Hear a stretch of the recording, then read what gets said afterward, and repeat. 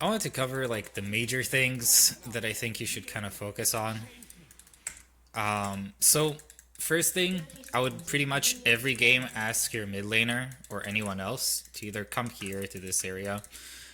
You can drop a ward here if you'd like. I prefer dropping a ward anywhere where you can see, so if you guys can actually walk up a little bit and get this kind of ward, great. As for you, try and go and just put any type of ward over here. As long as you have this, if you have an enemy like Graves or anything else, you're not going to have too much of an issue. You should be able to do it in time as soon as you get out of spawn to have one person looking over here, you being able to get another ward here. It just makes it so that you're super, super safe. Okay? That's the main thing we want to focus on. I'll just kind of show you a full clear and how I do it. Start with a Q.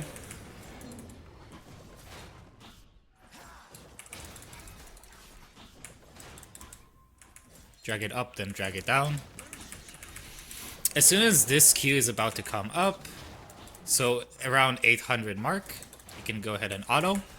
Q smite. Drag it up a bit more. As soon as you get your W, you start to kite down. This should be enough. Q auto, and dead.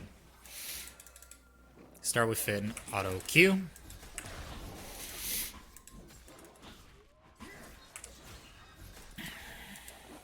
Now you walk back in to get the W reset.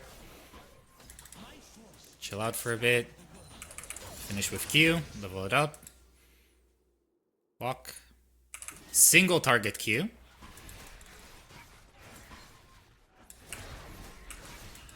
And this way they're all bundled up. It makes it very easy to Q them all.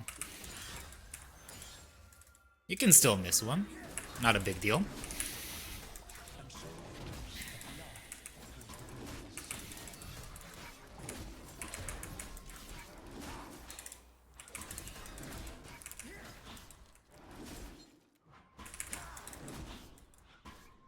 I go for Q here just so that I can get the Q timer a bit faster. And you always want to drop a single auto on the small one as you're kiting away. Like you see, I had a few missed autos, a few small mistakes. Even here I messed it up, but it's a 320 clear. So basically saves you 10 seconds, right? Alright, so this time I'm going to show you how to do the super clear. I generally like to do it from Raptors, but I would do it more on red side than on blue side. So just do the same thing but mirrored. The idea of the super clear is to be able to get level 6 as soon as you get to the dragon for the first time. Right? So rather than doing the red, I think it's better to attack the big one first. I don't remember.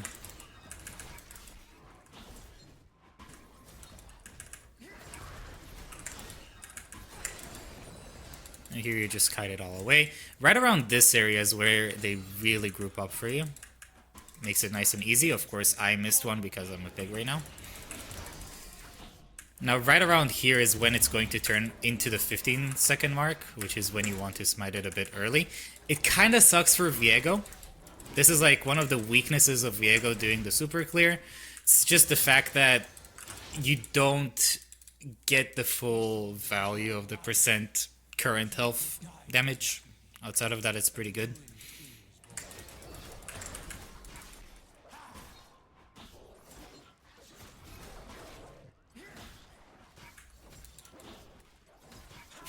Now, whenever you clear from red to blue, regardless of whether you're doing the super clear or not, first of all, always max range Qs.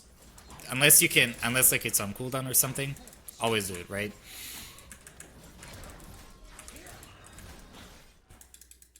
You doing this, I saw you doing it, is completely fine. That was very nice of you. I see you doing it in your games. Again, all the timers are gonna be messed up because I'm using a weird software. I don't normally use it unless I'm recording something, and in this case it's a bit problematic. So, a bit of a slower clear, as you saw. This was like 328 or something, so it's slower by about 5 seconds. The idea is you go here, and from here you can look for anything in the mid lane, you can look for anything in the top lane, you have a bit of time. Any slows, any interactions, any mistakes that might happen. And after that, you come back here, and you're gonna be right on its respawn. And after you clear fully along with the Scuttle Crab and get 2 camps,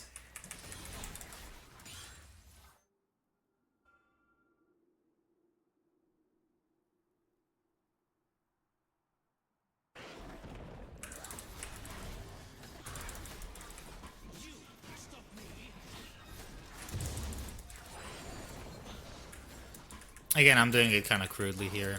You can obviously do it better. But you get your exact 1200 gold. If you get any CS, anything at all worth 100 gold of value, you're going to get that as well. In this case, we don't get it. But you get your beautiful axe recall, which is exactly what Viego wants. As you saw, I wouldn't have enough money if I bought a potion, so I don't recommend getting a potion on Viego for this reason. Unless you're like playing a very scrappy enemy jungler. And you'll see that the idea here